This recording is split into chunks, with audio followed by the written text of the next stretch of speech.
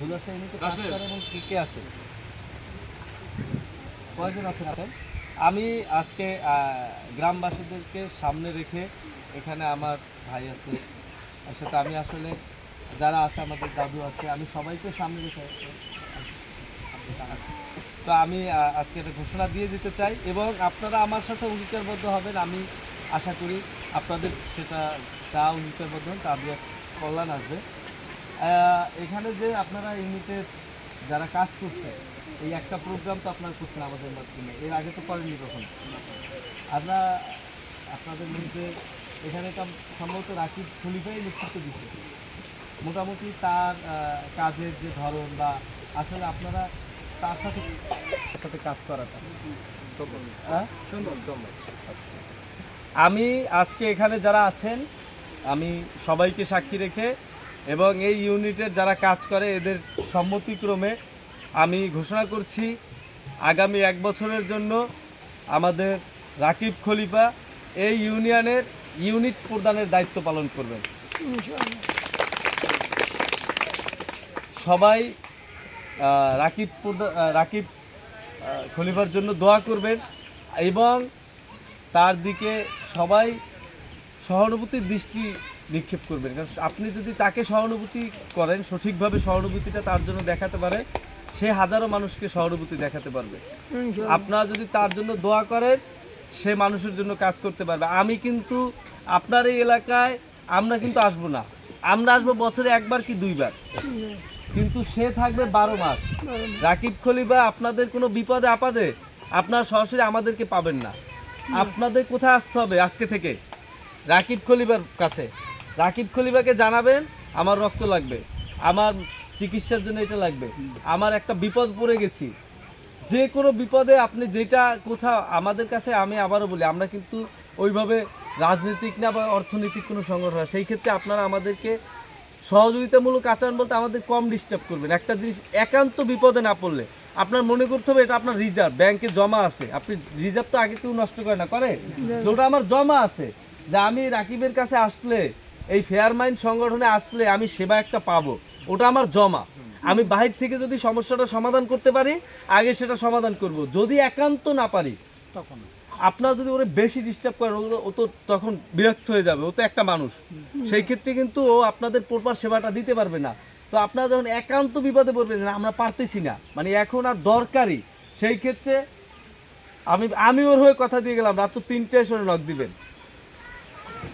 ওরে নক দিবেন আইসা, ও আপনাদের সেবায় নিয়োজিত থাকবে, ওর মাধ্যম হয়ে আমাদের কাছে যাবেন। আমাদের আলিপুরে অফিস আছে, আমাদের অফিস আছে বাংলাদেশে অনেক জায়গায়, আলিপুরে আমি আমাদের প্রতিষ্ঠাকালীন অফিস, এটা ইনশাল্লাহ সারা জীবন থাকবে, আমি যতদিন বেঁচে আছি ততদিন থাকবে ইনশাল্লাহ। তো আলিপুরে আমাদের অফিস আছে, তো বিশেষ করে আপনারা আমাদেরকে পাবেন ওর মাধ্যমে, যেহেতু আপনাদের মতামত নিয়েই আমরা ইউনিট প্রদান করছি, তাই না? এই ইউনিয়নের দায়িত্ব আমরা ওর হাতে দিছি। এখন ছোট বলছেন, তোমাদের মধ্যে হাফসি গোলামকেও যদি নেতা বানানো হয় তোমরা তাকেই মানো। আপনারা আমার থেকে অনেক বেশি জানেন ময়মুরব্বী যে হাদিসটা, যে তাহলে নেতাকে মানার, ওই নেতাকে মানতে হচ্ছে, এর মধ্যে আল্লাহর রহমত। যেহেতু আপনাদের নেতা আমি করে দিয়ে গেলাম, এখানে যখন শত সমস্যা ফেয়ার মাইন্ডের পক্ষ থেকে আমরা এই দায়িত্ব দিয়ে গেলাম ইউনিট প্রধান রাকিব খলিফাকে। ওকে আপনারা দোয়া করবেন এবং বিপদে আপদে আপনারা ওর শরণাপন্ন হবেন, ওর মাধ্যমে আমরা আপনাদের একটা পরিবার আপনাদের পাশে থাকবে ইনশাল্লাহ, যে কোনো বিপদে ইনশাল্লাহ। আমি অদাবদ্ধ হয়ে গেলাম রোজার মধ্যে। আর একটা ব্যাপার হচ্ছে, যদি অভিযোগের কোনো ব্যাপার থাকে, আমি কার্ডে যে নাম্বারটা দেওয়া আছে, যারা কার্ড পেয়েছেন ওইটা আমার নাম্বার, ওই নাম্বারটা অনেক বেশি ফোন দিবেন না, ওটা আমার অফিসিয়াল নাম্বার, ওই নাম্বারটা আপনারা রেখে দিবেন।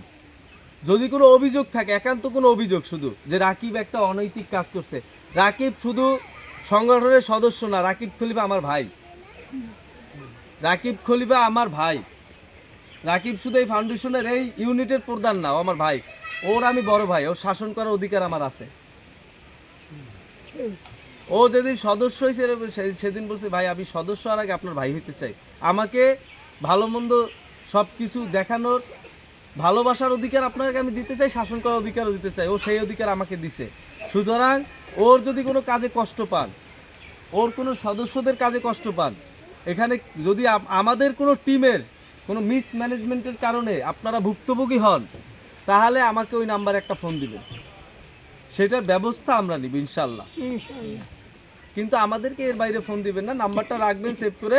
কিন্তু ওদের কোনো অভিযোগ না হলে, বা ওদের কাছে আসছেন ওরা প্রপার সেবাটা দেয়নি, এটাই তো একটা অভিযোগ, তাই না? এছাড়া ও তো রাকিব খলিফাকে তো আপনারা চেনেন, ও তো যাই আপনাদের মানে একটা ক্ষতি করবে না, আপনাদের সাথে ভুলটা করবে কি, আপনারা একটা আশা করছেন ওর দ্বারা, ওই এটা আপনারা আশাটা পূরণ করতে পারেন নাই, যেটা লিগ্যাল একটা বড় ক্ষতি হয়ে যায়, কিন্তু ওর সামর্থ্য থাকা অবস্থায় পারে নাই, সেটাই তো অভিযোগ। এই ধরনের যে কোনো অভিযোগ আপনার নাম্বারে ফোন দিয়ে করবেন।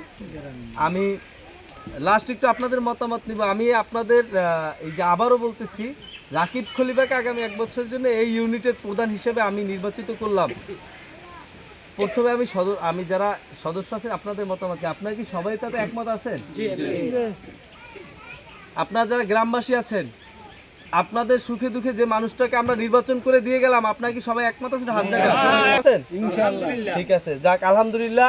আমি আপনাদের মতামত নিয়েই আমি আমার ছেলের ভাইটাকে আপনাদের ওইভাবে সেবাটা দিবে।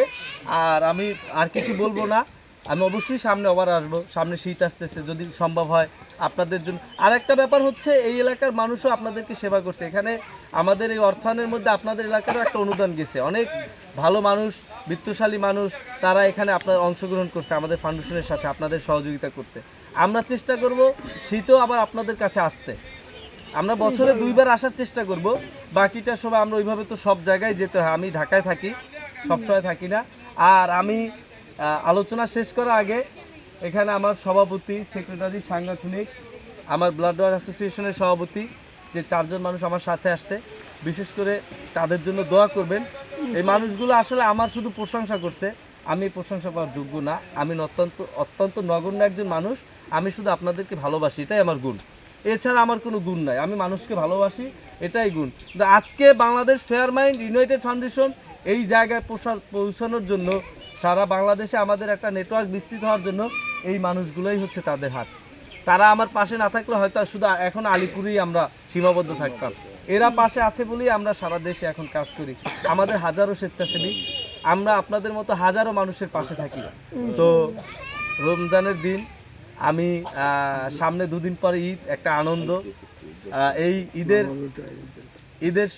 আনন্দের মধ্যে আমি সবাইকে দাওয়াত দিয়ে গেলাম, আমার বাড়িতে সবাই যাবেন, ঈদের দাওয়াত রইল, সবাইকে ঈদ মোবারক, সবাই ভালো থাকবেন। আর আমরা ফাউন্ডেশনের উদ্যোগে ঈদ উপহার হিসেবে সামান্য একটু উপহার, আমরা বিশ্বাস করি একটা বাসার 2, 4, 5 জন সদস্য থাকলে সেই বাসাটা হয়ে যাবে, ঈদের দিনটা আপনারা সেটা পরিপূর্ণ এটা আনন্দটা ভোগ করতে পারবেন। আমরা আপনাদের সাথে আনন্দ ভাগ করতে এখানে এসেছি, আমরা দূর থেকে, এই ছেলেগুলো অনেক কষ্ট করেছে, ওদের জন্য দোয়া করবেন। আর সবাই ভালো থাকবেন, সুস্থ থাকবেন। Bangladesh fair mind United foundation দীর্ঘজীবী হোক। বাংলাদেশ ফেয়ার মাইন্ড ইউনাইটেড ফাউন্ডেশনের সাথে সম্পৃক্ত সকল মানুষ দীর্ঘজীবী হোক। সবার সুস্বাস্থ্য কামনা করে আমি আমার সংক্ষিপ্ত আলোচনা এখানেই শেষ করছি। আসসালামু আলাইকুম।